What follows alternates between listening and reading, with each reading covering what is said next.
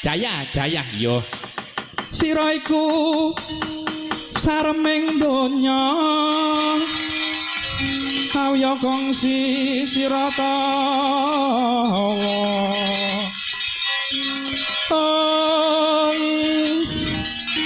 Yen tawa tan migunani bakale dibuang lan tidak ya hekti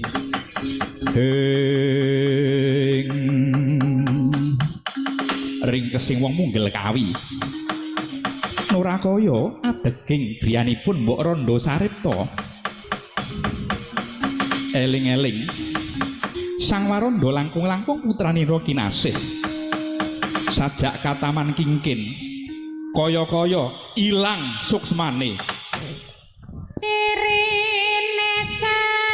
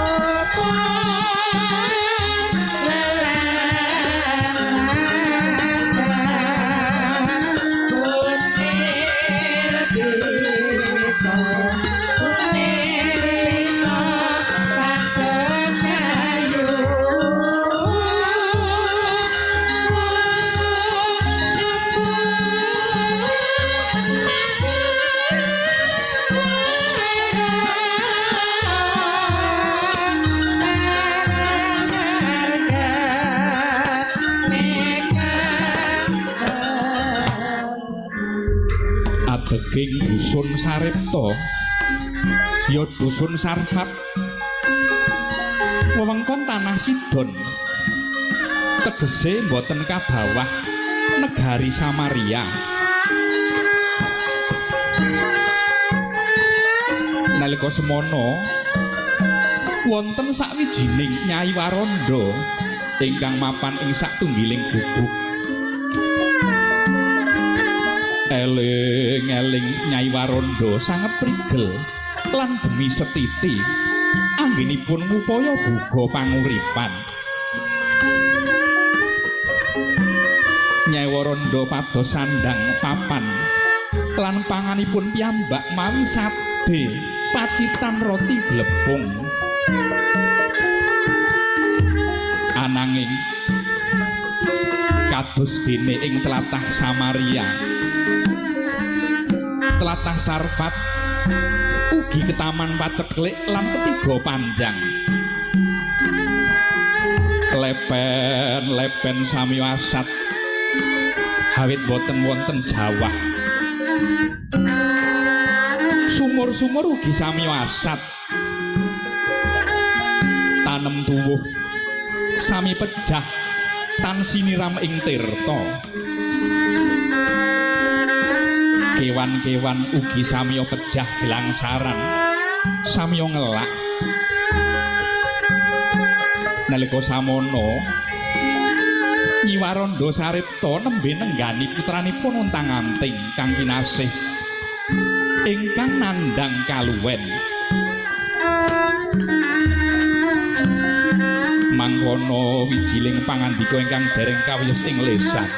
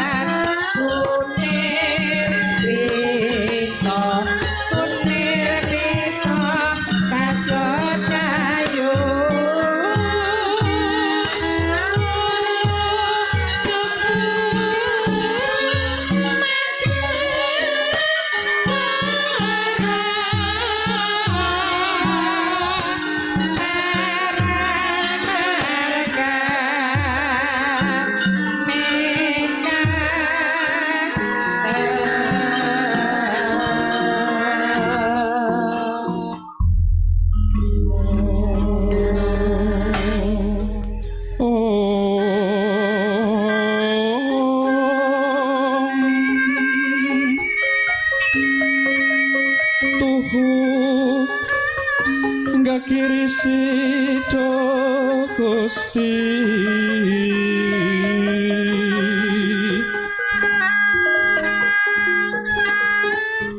nyanggi watana dalem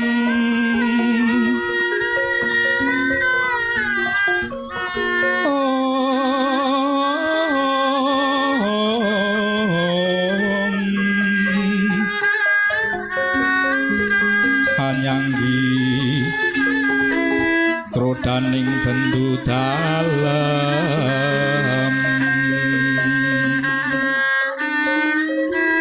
saking langit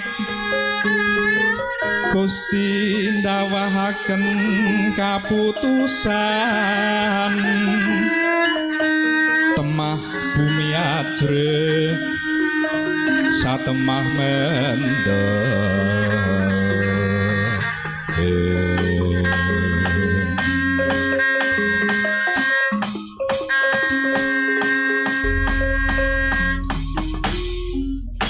aduh anakku ngger Aser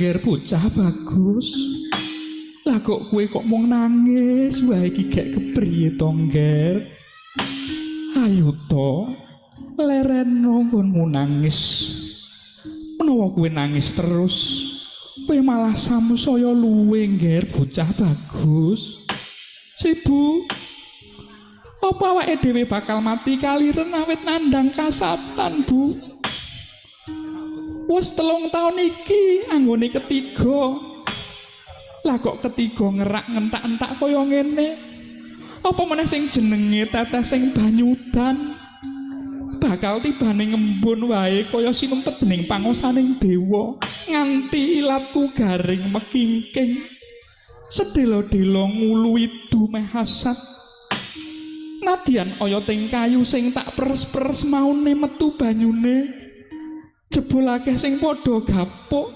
godhonge garing kayune aking kepiye lakone awake dhewe iki sibu walah Aser ngger anakku awake dhewe ku mung sak drema nglakoni kok ngger mula kudu pasrah marang sing gawe urip yo ngger leng-lenging driya mangun gong kanduhang rimang lirlino tanpa kanin tantulusa mengku sang Dyahutama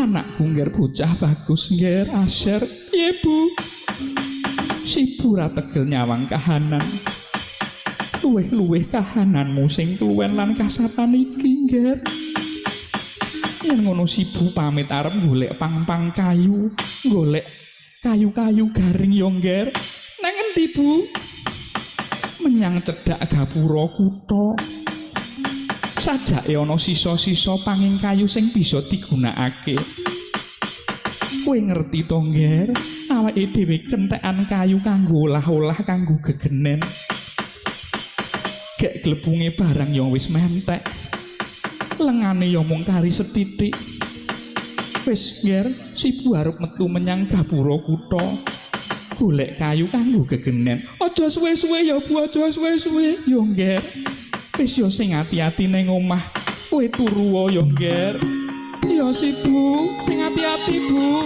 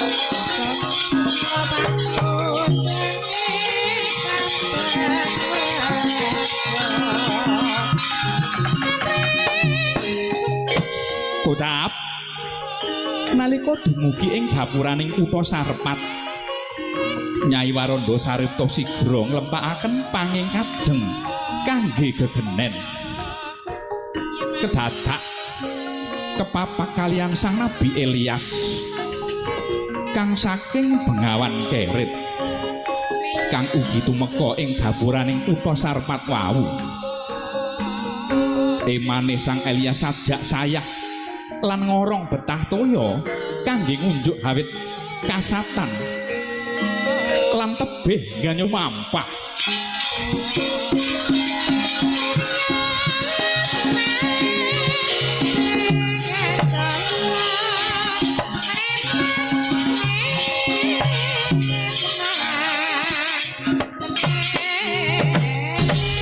Waduh.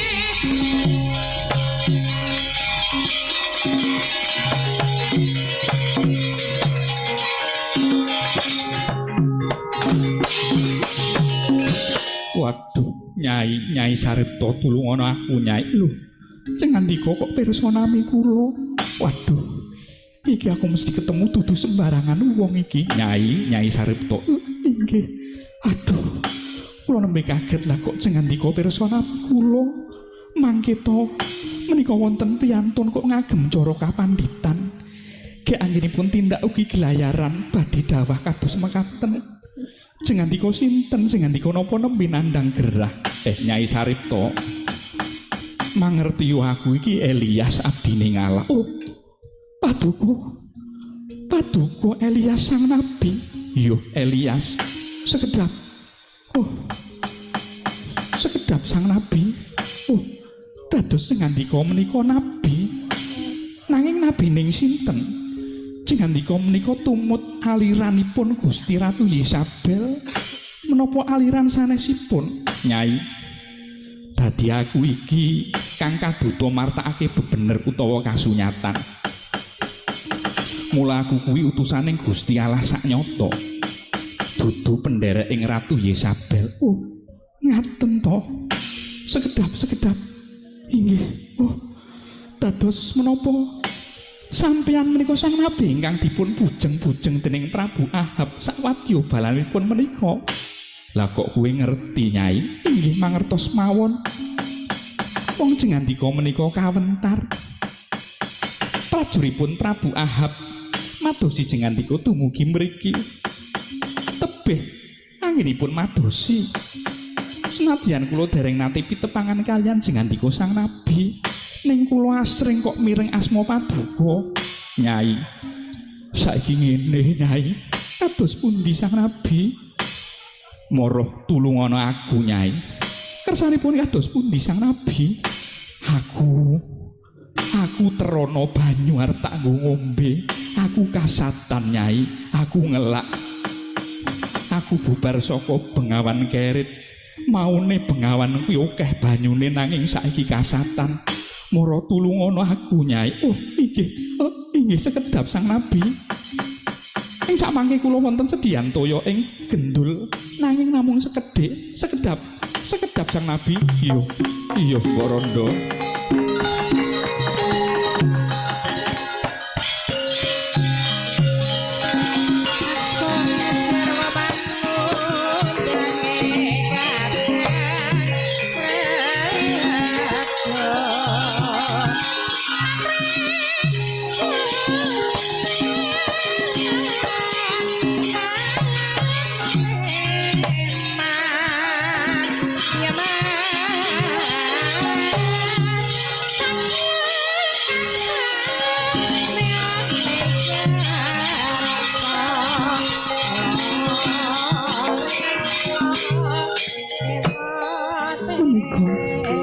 Menika sang nabi.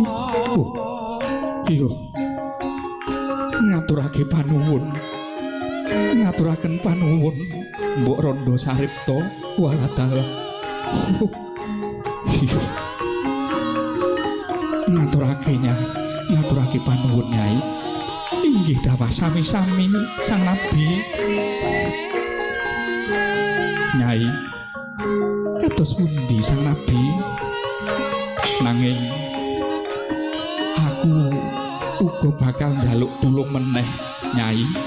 Lho, badhe nyuwun tulung kados pundi Nabi? Aku njaluk tulung gawekno roti glepungan kanggo mangan Nyai, aku luwe banget. Aduh, Sang Nabi, kula menika mboten gadah roti glepungan ingkang sampun dados. Kula namung gadah glepung sak gegemawon wonten ing genuk lan lisah wonten ing gendul sekedhik sanget. Kula nembe pados kajeng kagem gegenen. Kula badhe ngolah glepung menika kagem nedha kula lan anak lanang kula ing griya Sang Nabi. Wis to Mbok Rondo, aja wedi kangelan Mbok Rondo. Tindak napa kandhamu kuwi? Olahan roti kanggo kowe lan anakmu. Nanging kados pundi Sang Nabi? Sadurunge kuwi aku nyuwun gawekno roti kanggo aku dhisik lan terna mrene. Menawa kowe wis ngolah roti kanggo aku, banjur gawe roti kanggo kowe dhewe lan anakmu. Aduh, ngapunten sanget Sang Nabi. Glepung kula menika namung sekedhik sanget, namung sak gegem. Toya nggih angel dipun padosi. Gek kula nggih kentekan lisah Sang Nabi. Nyai Warondo, mangertiya sabdane ngalah iki kados pundi Sang Nabi? Genuk isi gandum ora bakal kothong, gendul isi lenga ora bakal asat, nganti dinane Allah Yahwe paring kiriman udan ing saklumahing bumi. Napa ngaten? Iya, inggih. Menawi jingandika menika ingkang ngendika lan awit jingandika menika dede tiyang limrah. Lawang sampeyan menika rak utusane ngalah. Kula badhe ndamel roti kagem jingandika Sang Elias. Mula Mbok Rondo, ayo buktekno ana omah. Inggih, ngestaken dawuh Sang Nabi.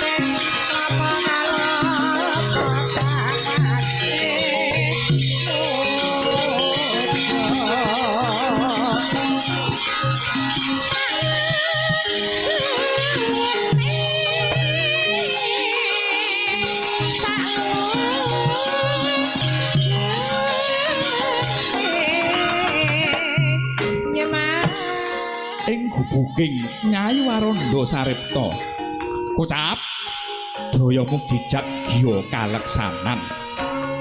Daya mukjizat kaleksanan. Sasampunipun Nyai Warondo lelados roti katur Sang Elias. Saknalika Gusti Allah paring mukjizat, glepung roti ing genuk kaciduk nanging boten saged telas. Lisah kaciduk nanging ugi boten kalong sak tetes-teteso. Jingat saknalika. Wih, adalah